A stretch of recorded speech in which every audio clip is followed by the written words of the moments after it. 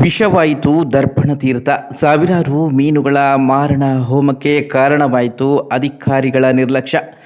ಹೌದು, ಕುಕ್ಕೆ ಸುಬ್ರಹ್ಮಣ್ಯ ದರ್ಪಣ ತೀರ್ಥ ನದಿ ಮಲಿನವಾಗಿದ್ದು ಸಾವಿರಾರು ಮೀನುಗಳು ಸತ್ತು ತೇಲುತ್ತವೆ.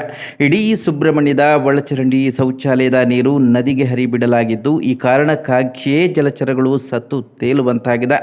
ಸಂಪೂರ್ಣ ಕಲುಷಿತಗೊಂಡ ದರ್ಪಣ ತೀರ್ಥ ನದಿ ಮತ್ತೆ ಕುಮಾರಾಧಾರ ನದಿ ಸೇರುವ ಕಾರಣಕ್ಕಾಗಿ ಮತ್ತೆ ಕುಮಾರಾಧಾರ ನದಿಯಲ್ಲಿನ ಜಲಚರಗಳ ಜೀವಕ್ಕೂ ಸಂಕಟ ಎದುರಾಗಿದೆ.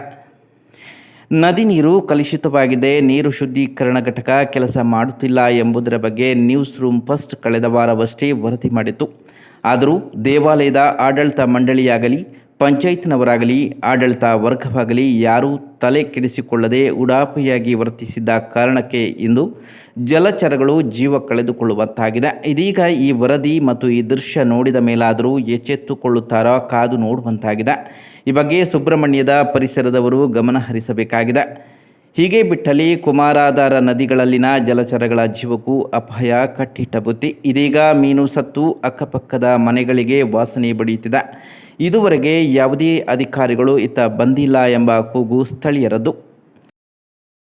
ಬಾಲಗದಕೆರೆ ನಿವಾಸಿ ರೇಖಾ. ನಮ್ಮ ಬಾಬನಹೊಂದಿ ನದಿ ತುಂಬ ನೀರು ಕಲುಷಿತವಾಗಿದೆ. ಮೀನುಗಳೆಲ್ಲ ತುಂಬ ಸತ್ತೋಗಿವೆ. ವಾಸನೆಯನ್ನು ತಡೆಯೋಕ್ಕಾಗುವುದಿಲ್ಲ. ಸಣ್ಣ ಸಣ್ಣ ಮಕ್ಕಳಿಗೆಲ್ಲ ಕಾಯಿಲೆ ಬರುವ ಪರಿಸ್ಥಿತಿಯಲ್ಲಿದ್ದಾರೆ. ಕೆಮ್ಮು, ಶೀತ, ಜ್ವರ.